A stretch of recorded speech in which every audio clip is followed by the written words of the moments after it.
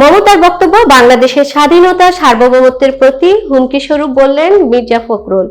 বাংলাদেশে জাতিসংঘে শান্তিরক্ষী পাঠানো নিয়ে পশ্চিমবঙ্গের মুখ্যমন্ত্রী মমতা বন্দ্যোপাধ্যায় যে বক্তব্য দিয়েছেন, বাংলাদেশে জাতিসংঘে শান্তিরক্ষী পাঠানো নিয়ে পশ্চিমবঙ্গের মুখ্যমন্ত্রী মমতা বন্দ্যোপাধ্যায় যে বক্তব্য দিয়েছেন তা বাংলাদেশের স্বাধীনতা সার্বভৌমত্বের প্রতি হুমকি স্বরূপ বলে মন্তব্য করেছেন বিএনপি মহাসচিব মির্জা ফখরুল ইসলাম আলমগীর। তিনি অবিলম্বে এ ধরনের বক্তব্য প্রত্যাহারের দাবি জানিয়েছেন। আজ সোমবার রাতে লন্ডন থেকে মুঠোফোনে গণমাধ্যমের কাছে দলের পক্ষ থেকে বিএনপি মহাসচিব এ প্রতিক্রিয়া ব্যক্ত করেন। মির্জা ফখরুল বলেন, ভারতের রাজ্য পশ্চিমবঙ্গের মুখ্যমন্ত্রী যে উক্তি করেছেন বাংলাদেশ সম্পর্কে, সে বিষয়ে আমি বক্তব্য না রেখে পারছি না।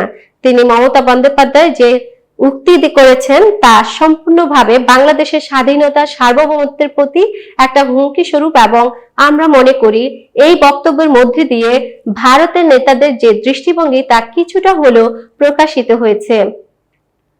বিএনপি মহাসচিব বলেন, এই ধরনের কোনো চিন্তা ভারতের নেতাদের মধ্যে থাকা উচিত হবে না, কারণ বাংলাদেশের মানুষ মুক্তিযুদ্ধ করে স্বাধীন হয়েছে এবং সম্প্রতি একটা বিপ্লবের মধ্যে দিয়ে তারা গণমাধ্যমকে ফিরে পেয়েছে। এদেশের মানুষ যে কোনো মূল্যে এ ধরনের চক্রান্তের বিরুদ্ধে রুখে দাঁড়াবে।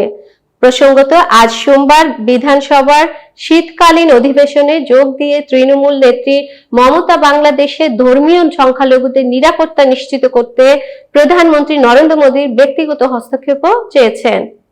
এতক্ষণ বার্তা বৈঠকের সাথে থাকার জন্য ধন্যবাদ। নতুন নতুন তথ্য ও সংবাদ পেতে বার্তা বৈঠকের ইউটিউব চ্যানেল ও ফেসবুক পেজের সাথেই থাকুন।